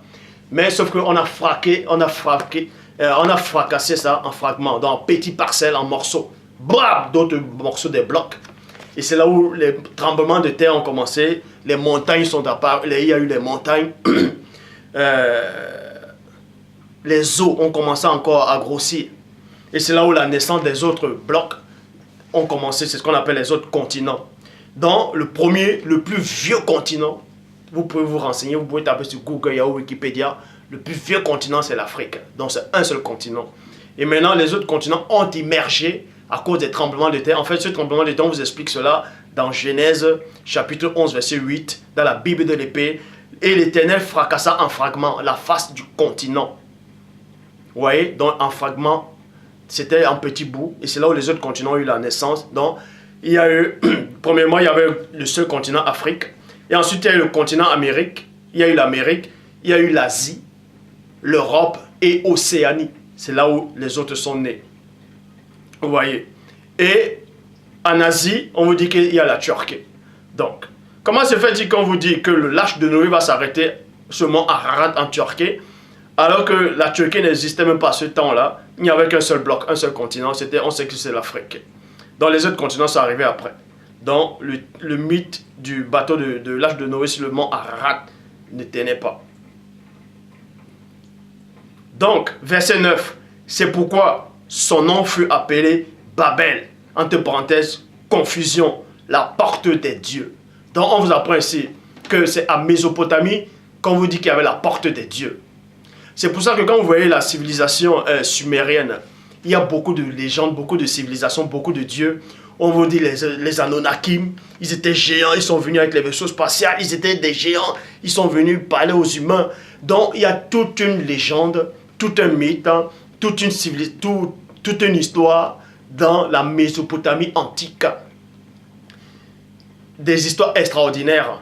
Vous voyez, c'est parce qu'il est dit ici là que c'est la porte des dieux. Et c'est la porte des dieux. Dans Genèse chapitre 28, verset 16 à 17, on vous apprend que Jacob, c'est-à-dire il est parti à Charan. À Charan, c'est dans une ville à Mésopotamie, toujours à Babylone. Genèse 28, verset 16 à 17. Jacob s'éveilla de son sommeil et dit, « Certainement le Seigneur est en ce lieu. » En ce lieu, c'est où? C'est à Mésopotamie. En ce lieu, et moi je ne le savais pas. Et il eut peur et il dit, « Ce lieu est redoutable. C'est ici la maison de Dieu, virgule. C'est ici la porte des cieux. » La porte des cieux. La porte des cieux. Donc on vous apprend quoi? Qu'à Mésopotamie, il y avait une porte. Une porte spirituelle où les entités entraient, où les esprits entraient. Mais l'endroit où il y avait la puissance elle-même, c'était pas en Mésopotamie. Mais en Mésopotamie, il y avait une porte. C'était une porte en fait. Une porte où les esprits entraient, où il y avait des activités. Mais c'était pas là où il y avait la puissance suprême. C'était uniquement la porte. mais l'endroit suprême où il y a la puissance elle-même, où la puissance qui nourrit les autres villes avoisinantes de l'Afrique, se trouve ici dans Genèse, chapitre 49 au verset 10. Le sceptre représente quoi? La puissance. C'est un bâton royal. Le sceptre royal, la puissance, l'autorité. Le sceptre ne se retirera pas. Dans la deux versions, dit le sceptre ne se éloignera point de Juda. Et quand vous visitez selon les recherches, ils ont bien vérifié. Et en hébreu, tout ça là, ils démontrent qu'en fait, Juda, c'était au Cameroun, à Douala. Donc on vous dit ici là, selon Genèse 49, verset 10, le sceptre ne se éloignera point de Juda. Et Juda qui est Douala, selon Hébreu Bantou, selon le site, parce que je vous exhorte encore d'aller dans ce site et de vérifier. Toutefois, je ne vous dis pas que tout ce qu'ils disent, c'est à 100% vrai. Faites ce que Paul dit, soyez comme des chrétiens de Béret, vérifiez, selon ce que Paul a écrit, vérifiez, et demandez l'affirmation au Père. Donc, mais eux aussi, ils sont renseignés. Donc, comment vous allez croire aux archéologues blancs et vous refusez de croire aux archéologues, aux chercheurs noirs? Vous voyez? Donc, selon ce site alors, Juda, c'est à Douala. Et on vous dit que la puissance ne se éloignera point de Douala, de Juda, ni le bâton souverain entre ses jambes, entre ses pieds, c'est-à-dire à sa descendance, jusqu'à ce que vienne le Shiloh. Le Shiloh, c'est le premier-né, c'est le Messie. Donc on vous dit que le Messie, la puissance elle-même, dans un endroit en Afrique, la puissance même, la puissance extraordinaire, se trouve à Douala, c'est-à-dire à Juda, selon le site, à Douala. Parce que c'est là où naît le Shiloh. Et c'est là où la puissance est, c'est-à-dire le bâton souverain. Le sceptre ne se éloignera pas. Donc, tous ceux qui disent que c'est au Congo, là, que le sceptre c'est au Congo, vous avez mal compris. C'est au Cameroun. Selon votre propre site là, vous acceptez que Jérusalem c'est Yaoundé et que Juda c'est Douala. Alors, Douala Mangabel, Juda Maccabée. Donc, vous acceptez que Juda c'est Douala. Et la parole me dit ici dans Genèse 49, verset 10, le sceptre, c'est quoi? C'est la puissance elle-même. Ne s'éloignera point de Juda, donc ça ne quittera pas Douala. Ça ne va pas quitter. Ni le bâton souverain entre ses pieds. Jusqu'à ce que vienne le Shiloh. Le Shiloh vient d'où? Le Shiloh vient d'Afrique. Il vient, selon vous alors, le Shiloh vient de Douala. Donc, et c'est lui qui sera le rassemblement des peuples. Donc vous voyez, ça c'est le mystère. Je sais que plein de gens seront dans la confusion et d'autres vont accepter. Bon, ceci étant dit, j'en ai parlé. Donc l'Éden a été localisé. L'Éden a été localisé. Vous savez maintenant où la civilisation a commencé. Où la civilisation a commencé, c'était en Afrique centrale. C'est là où la source sortait pour arroser le jardin d'Éden. C'était en Éden, ça sortait en fait, le pays d'Éden. C'était à Jérusalem antique. Parce qu'on dit que la Nouvelle Jérusalem, et dans la Nouvelle Jérusalem, il y a la source, qui sort une source d'eau limpide. Donc c'est à Jérusalem. Et vous pouvez vérifier le site Bantou Hébreu. Jérusalem, c'est à Yaoundé, c'est-à-dire c'est au Cameroun. Donc, je vous exhorte de prier Dieu pour comprendre ce message. Que le Père Tout-Puissant soit glorifié, soit magnifié, soit exalté.